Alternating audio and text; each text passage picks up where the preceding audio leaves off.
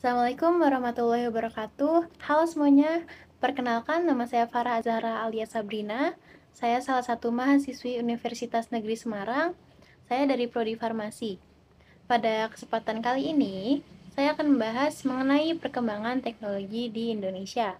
Sebelumnya, saya akan menjelaskan terlebih dahulu apa itu revolusi industri. Revolusi industri adalah suatu perubahan besar-besaran yang terjadi dalam dunia industri karena munculnya perkembangan teknologi dalam mengelola sumber daya, sehingga menjadikan setiap prosesnya jauh lebih efektif dan efisien daripada sebelumnya. Dalam perkembangannya di dunia industri ini udah mengalami 4 tahap yang besar ya. Antara lain ada era industri generasi pertama yang terjadi pada tahun 1800 yang ditandai dengan munculnya mesin uap. Pada tahun ini, terdapat banyak kereta api dan pabrik-pabrik yang dibangun dalam berbagai bidang. Tentunya di bidang industri ya, karena pada era ini mulai diproduksinya mesin-mesin berat untuk keperluan pabrik dan pembuatan pembangkit listrik tenaga air. Selanjutnya ada era industri generasi kedua yang terjadi pada tahun 1900, ditandai dengan kemunculan pembangkit tenaga listrik yang lebih baik dari era sebelumnya dan adanya motor pembakar. Penemuan ini memicu kemunculan pesawat telepon, mobil, pesawat terbang, dan sebagainya yang mengubah wajah dunia secara signifikan. Selanjutnya, era industri generasi ketiga yang dimulai pada tahun 2000 ditandai dengan kemunculannya energi digital dan internet. Pada era ini merupakan tahap awal munculnya internet, komputer, gawai, dan barang-barang yang dapat otomatis bekerja sendiri, seperti mesin-mesin pada pabrik, yang lebih baik dari era sebelumnya.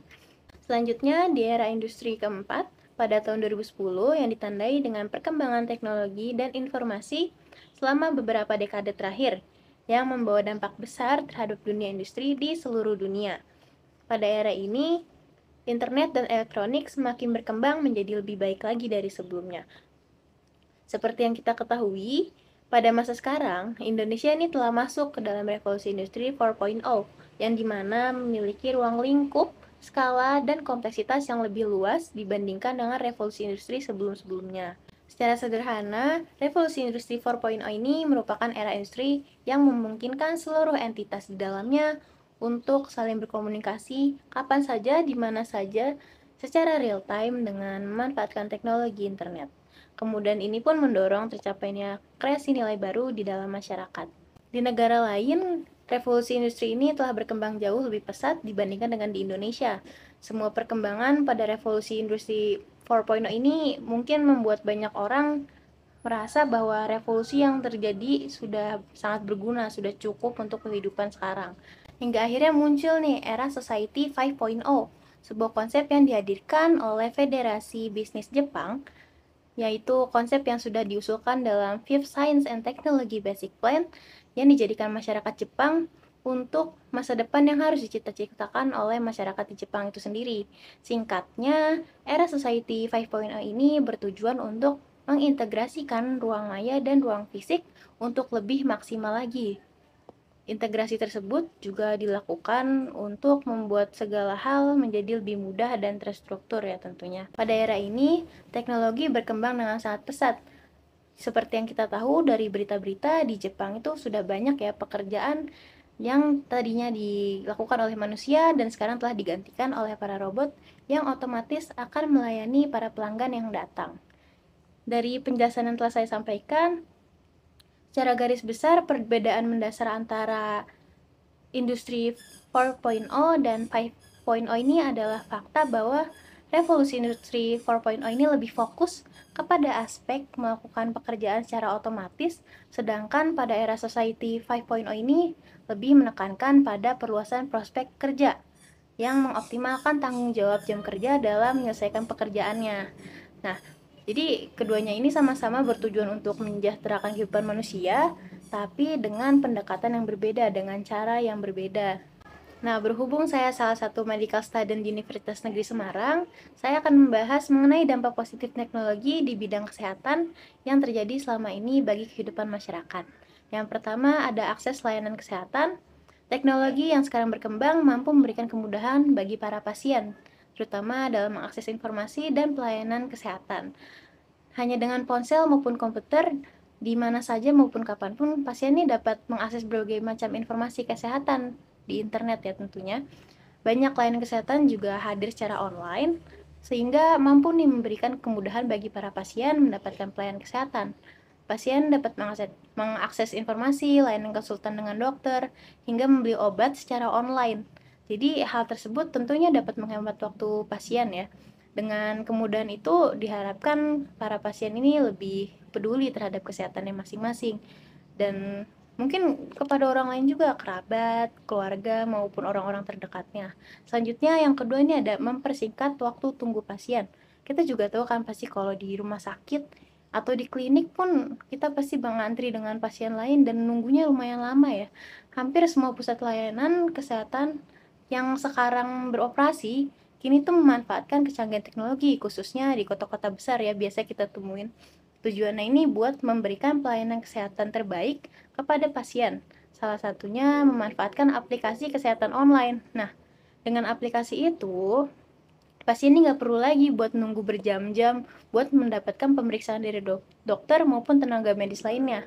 Pasien juga dapat membuat janji online dengan dokter, bahkan udah banyak nih aplikasi yang menyediakan fitur konsultasi dokter secara online ya kan, atau tanpa tatap muka langsung, jadi bisa melalui Zoom atau Gmeet, sehingga hal tersebut tuh dapat mempersingkat waktu tunggu pasien. Nah, dengan adanya persingkatan waktu ini, penanganan secara tepat dari dokter dapat diperoleh dengan pasien lebih cepat lagi.